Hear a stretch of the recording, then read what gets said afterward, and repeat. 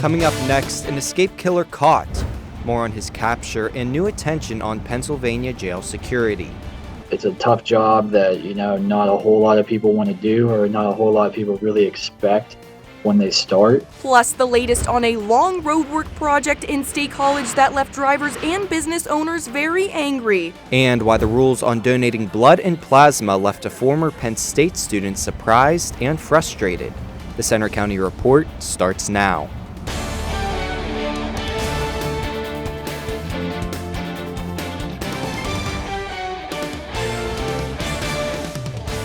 Good afternoon, I'm Courtney McGinley. And I'm Jaso Bardo. Thanks for joining us for the Center County Report. Our top story, a Penn State student is in jail without bail, charged in a deadly crash.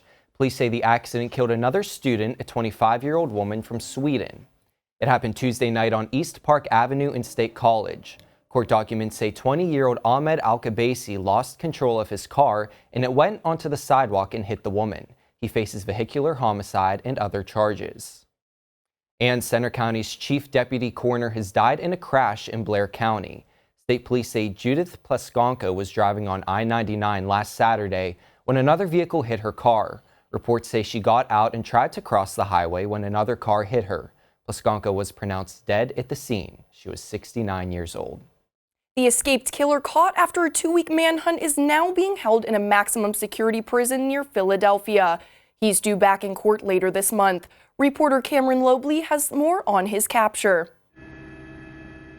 Residents in southeastern Pennsylvania are breathing a collective sigh of relief now that a 2-week manhunt for an escaped killer is finally over. The radio room, Chester County government, and the various other agencies working on the prisoner escape are proud to announce the subject is in custody. The big break came on Wednesday when police tactical teams captured Danilo Cavalcante not far from Pottstown in Phoenixville. He had climbed up the walls of a jail to escape and eluded search teams. He was spotted at Longwood Gardens and in other areas before law officers closed in. A DEA plane using thermal imaging technology found his heat signal, and K-9 units and ground teams made the capture. Shortly after 8 a.m., tactical teams converged on the area where the heat source was. They were able to move in very quietly. They had the element of surprise. The hunt kept the community on edge, with the fugitive changing his appearance, stealing a car, even getting hold of a rifle. Chester County's DA and the governor praised police. Our nightmare is finally over and the good guys won. I hope the good people of Pennsylvania, and indeed the folks all across this nation, got a chance to see how government is supposed to work, how law enforcement is supposed to work. Cavalcante has been arraigned and will be back in court September 27th. I'm Cameron Lobley with the Center County Report. Cavalcante is now held at a maximum security prison in Montgomery County. That escape and massive manhunt has put the spotlight on security at PA prisons. Joey David reports. Many people were shocked when they saw the video of convicted killer Danilo Cavalcante crab walking up a wall during his escape 2 weeks ago at the Chester County Jail. His getaway launched a massive Pennsylvania manhunt with 500 law enforcement officers trying to track him down. And it's a part of a disturbing trend of escalating escapes. The New York Times reports between 2015 and 2022, there were 14 reported escapes from Pennsylvania County Jail. That number has jumped this year. Cavalcante's escape was at least the 6th prison escape in Pennsylvania this year. Some of these escapes have led county prison workers to not even notice there was even an escape for at least 19 hours. Many are asking why the increase. Some say staffing shortages are a key reason, and they're hurting security. Joel Zackrell has worked at the Butler County Prison for 4 years. We wish we had more people, or we wish we could keep more people. It's just the nature of corrections. He and others say it's a dangerous job, and chronic understaffing makes it more difficult. It's a tough job that, not a whole lot of people want to do, or not a whole lot of people really expect when they start. The Chester County Jail, where Cavalcante escaped, reportedly had more than a quarter of its full-time positions unfilled, and the tower guard on duty during the escape was fired. He worked for the prison for 18 years. Other experts say the way county jails are run compared to state prisons makes a difference, with local jails differing from county to county. I'm Joey David with the Center County Report. State lawmakers have just announced new legislation aimed at improving safety and working conditions for prison and jail officers statewide. Hurricane Lee continues moving north off the East Coast today with winds around 85 miles an hour. How close will it come to the U.S. coast? Student meteorologist David Guerrero is here with the latest. David? Thank you, Courtney. Right now, the main story is Hurricane Lee, which is right now a Category 1 storm moving northwards at 18 miles per hour. So it's a moderate moving storm. 80 miles per hour winds is the wind level right now. And as it interacts with the low sea surface temperatures of the Atlantic, it will digress into a tropical storm and will make landfall Sunday morning around the Nova Scotia and the Maine regions. But I want to highlight that even if it's not a hurricane, it can still do considerable damage, especially with inland flooding. If you see a flooded road ahead, turn around and don't drown. But will this affect Pennsylvania? More on that in the short range forecast coming up. Thanks, David. The State College School District is sounding the alarm about a serious shortage of bus drivers. It's forced the district to eliminate 5 bus runs, leading to longer travel times and late arrivals.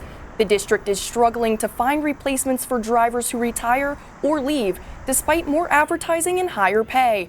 So far, it's covering the existing routes with employees and contracted drivers. But if the shortage gets worse, it may have to change routes or expand how far students have to go to get to school. A Ferguson Township path is back open after crews fixed a sinkhole this week. The hole opened a few days ago along Blue Course Drive. That forced the closing of the shared use path from Bristol Avenue to Birch Court. But work crews filled the hole Monday and finished repairs on Wednesday. State College's Calder Way Improvement Project is pushing back its start date. Major construction is now set to begin in January. Supply chain issues and business owners' input led to the delay. The project was set to begin after Arts Fest in July. It's part of the downtown master plan to make the area a pedestrian-preferred route. And the multi-year Atherton Street project is implementing a new traffic pattern as work continues. I talked with PennDOT officials about the project status, lane closures, and delays.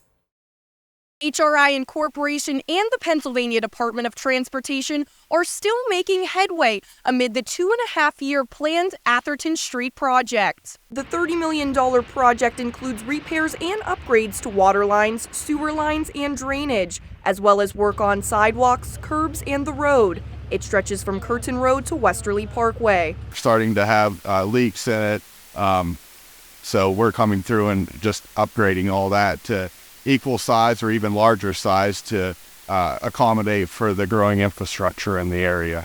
With each phase of work, drivers have to deal with changing patterns in blocked off lanes.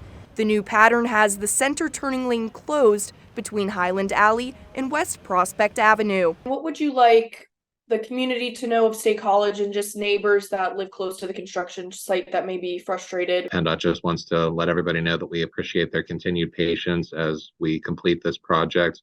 We wouldn't be asking people to endure this particular inconvenience if it wasn't going to be for the greater good of all of our constituents. Police even issued a warning about extreme congestion last weekend to fans driving into town for a noon football game. The final phase of the project is expected to wrap up in November of 2024. Center County commissioners have approved an almost $11,000 contract to test for hazardous materials at Center Crest. MG Architects Limited and Pinocchio Incorporated are working together to collect and test samples to ensure safety for the building in Bellefonte. The renovated building will be used as a new common space for several county departments. The Out of the Cold shelter in State College has opened its first permanent overnight shelter. Since opening in 2011, Out of the Cold has moved its homeless shelter to more than a dozen faith congregations, relocating to a new location every few weeks. But it now has a permanent home on South Atherton Street. It's open every night from 8 p.m. to 8 a.m. A Penn State student who went to donate plasma was surprised when he was turned away. Reporter Emily McGlynn takes a closer look at the reason why. It instilled in me that there was something inherently dangerous in engaging in queer sex and having a queer sex life. Noah Lewis, a student, went to BioLife Plasma Services in April to make a quick buck and help out his community by donating plasma. He showed up to his appointment, completed the pre-screenings, and had his blood tested. The final step was a survey. As I was going through, one of the questions that came up was, within the past 3 months have you had intercourse with another man? He answered truthfully. Then a doctor pulled him into a private room. And she sits me down and she basically lets me know that because I marked that I had intercourse within the past 3 months with another man, that I would not be able to donate that day. In May 2023, the Food and Drug Administration changed its policy on blood donor eligibility, quote, using a set of individual risk-based questions to reduce the risk of transfusion-transmitted HIV. Every donor will be asked the same set of questions regardless of sexual orientation, sex, or gender. The FDA says pre-screening eliminates up to 90% of donors who may be carrying a blood-borne disease. The same rules apply for blood donations, and the Red Cross is already in a pinch. It announced this week there's a national blood shortage. The organization's Nicole Rochella says they need more than 12,000 donations a day, but donations have dropped nearly 25% since last month. We typically do see shortfalls in the summer months, being that people are traveling, there's holidays. She also says recent Hurricane Idalia left many donations uncollected. In State College, I'm Emily McGlynn for the Center County Report. Other medical conditions can also disqualify people from donating, including high blood pressure and epilepsy. Will we see some great fall weather this weekend? The 7-day forecast is coming up. Plus, it's harvest time in Centre County. We'll take you on a celebration last night where college students played a key role. Also coming up, a big bar fight spills into the streets of State College, and it's all caught on video.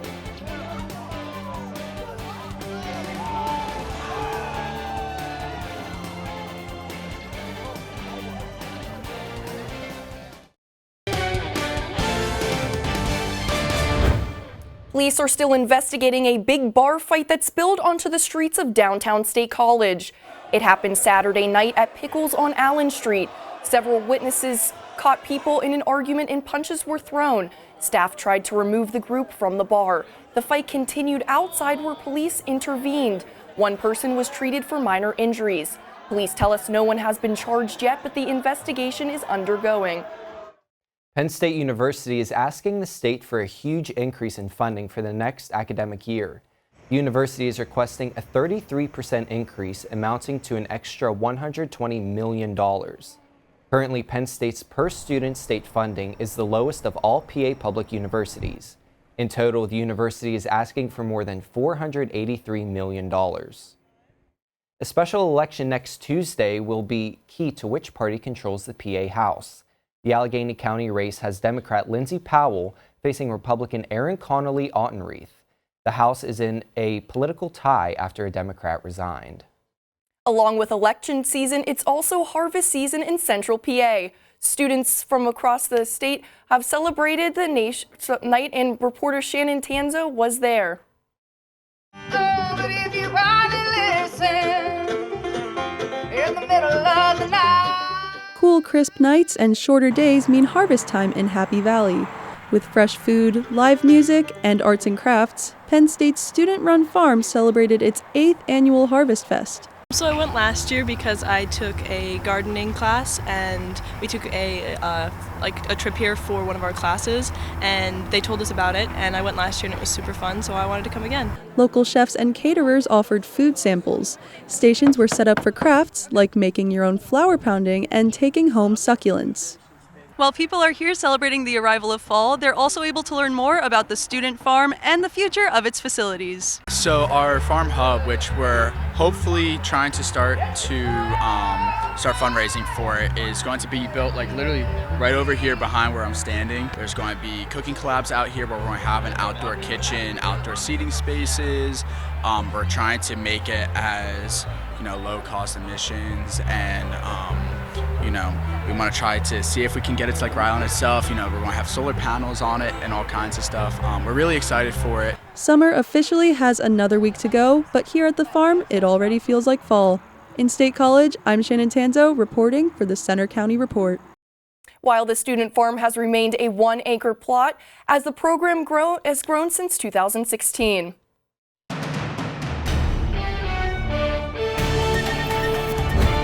Good afternoon, Center County. I'm student meteorologist David Guerrero, and we saw a cold front roll in and really introduce us into fall, and this fall-like feel will carry on into the weekend. But before I get into that, I want to show how beautiful and nice it is, brought to you by a nice image of the Hub Robeson Center, and this will carry on seasonable conditions at 63 degrees, feels like 63, and it's also very comfortable as the dew point is at 48 degrees. Now, scaling back into the temperatures, not only is this fall-like feel affecting the Happy Valley, it is the case for the majority of the state. 69 in Williamsport, 69 in Harrisburg, and then as we head farther east of Maine, we'll see in the warmer side as temperatures at 70 degrees in Philadelphia and Allentown, but this is around average, so nice and seasonable overall. Then talking about the national level, Hurricane Lee is a Category 1 storm heading northwards at 18 miles per hour with winds at 80 miles per hour as well. And then as it heads north, it will digress into a tropical storm and will make landfall around the Canada and the Maine areas around Sunday morning.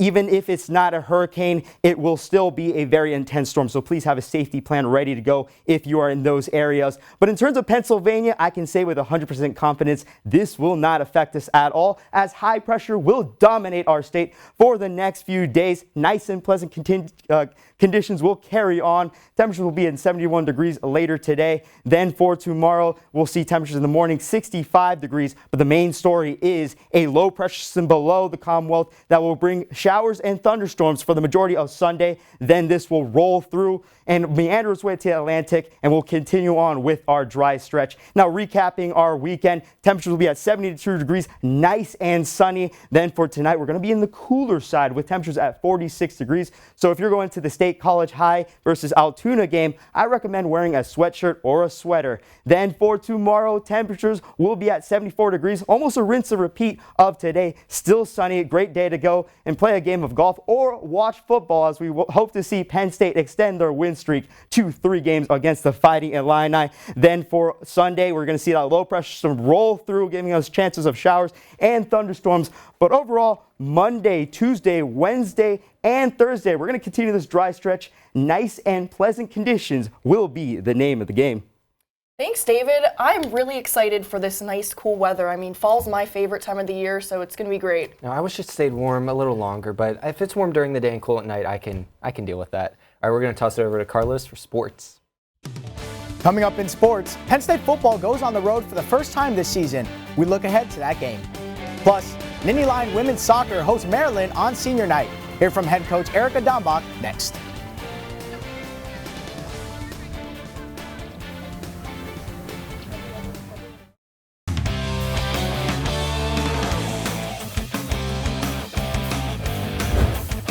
I'm Carlos Garcia with sports. After a dominant win against Delaware last weekend, Penn State football opens Big Ten play against Illinois on the road tomorrow.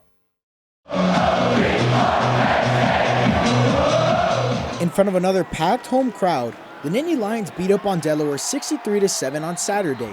Now, Penn State turns its focus to the Big Ten opener on the road against Illinois. We're just experts of opening on the road, whether it's the first game, the second game, the third game, the fourth game. Not only in my 10 years, but I think over the last 15 years, we're experts. I think we're going to put an off-season clinic. Illinois is coming off a 24-23 loss to Kansas, in which they allowed 262 rushing yards. Penn State will look to continue a ground and pound offense. Against Delaware, running back Nicholas Singleton scored a hat-trick of touchdowns, while his backfield partner Katron Allen rushed for over 100 yards. Those guys have bought in to the idea that we have 2 starting tailbacks. We'll see how that goes week to week based on preparation, throughout the week. But Illinois is no walk in the park for the Nittany Lions. Last time these two squads faced off, Penn State battled injuries and the elements, and everything and anything went wrong. 2 years ago, Penn State was 5-1 at the time, but ran into rain and injuries. The Fighting Illini fought their way to a 20-18 9-overtime thriller. But with some new faces and coaches, the blue and white hope it's a different outcome on the road. Yeah, we studied your normal 2-point play situations and overtime situations, but not necessarily back from 2021 in that game. You can listen to that game live tomorrow at noon on Penn State's Com Radio with our broadcast team in Champaign. Now let's take a look at high school football, where District 6 has some marquee matchups tonight. The State College Little Lions welcome Altoona to Memorial Field at 7 o'clock. The Little Lions are 1-1 after last week's game against Hollidaysburg was rained out. Undefeated Bald Eagle will take on 1-1 Tyrone at Alumni Stadium at 7 p.m. Bald Eagle is 3-0 and coming off a close win over Penns Valley last week. And speaking of Penns Valley, they'll travel to Phillipsburg Osceola to take on the Mountaineers. The Rams are currently 2-1 and the Mountaineers are 1-2. Also tonight, the Bedford Bisons head to Penn Cambria to take on the Panthers. Bedford is 1-2 on the year, while Penn Cambria is 2-1. You can see highlights and post-game reaction from some of the games on a new episode of After the Whistle at 11:30 on our YouTube channel.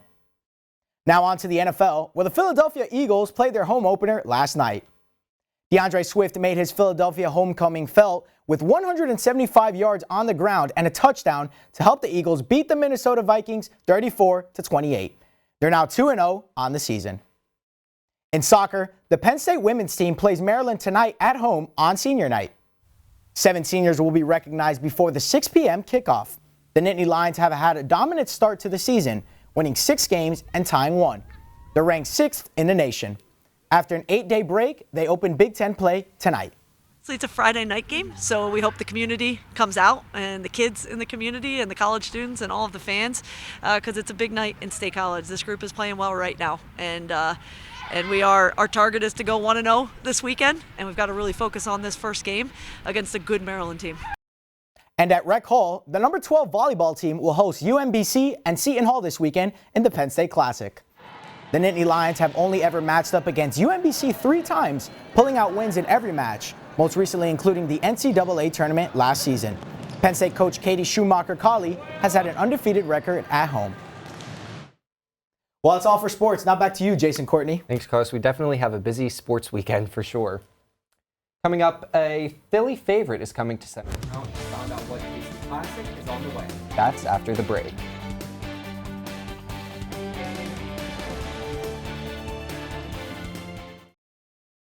A legendary South Philly food shop is coming to State College. Pat's King of Steaks, the restaurant credited with selling the original Philly cheesesteak over 90 years ago, will open its second location. Owner Frank Oliveria will also partner with Rob Wasserman, a Philly restaurant owner who has connections to State College. He owns Snap Pizza and Big Dean's Hot Chicken. Those are 2 great restaurants. I don't know. They are pretty good. Yeah, you've had, what is it? I've had Pat's cheesesteaks. Despite living in Pittsburgh, I have had it. Well, I mean, I'll definitely try it. Pretty good. I'm not one to turn it down. That's all for today's newscast. We hope you'll join us next Tuesday for our local news update. But you can follow us anytime for breaking news on our Center County Report Twitter, X, and you can see our stories and follow us on Facebook, Instagram, YouTube, and our website. Have a great afternoon.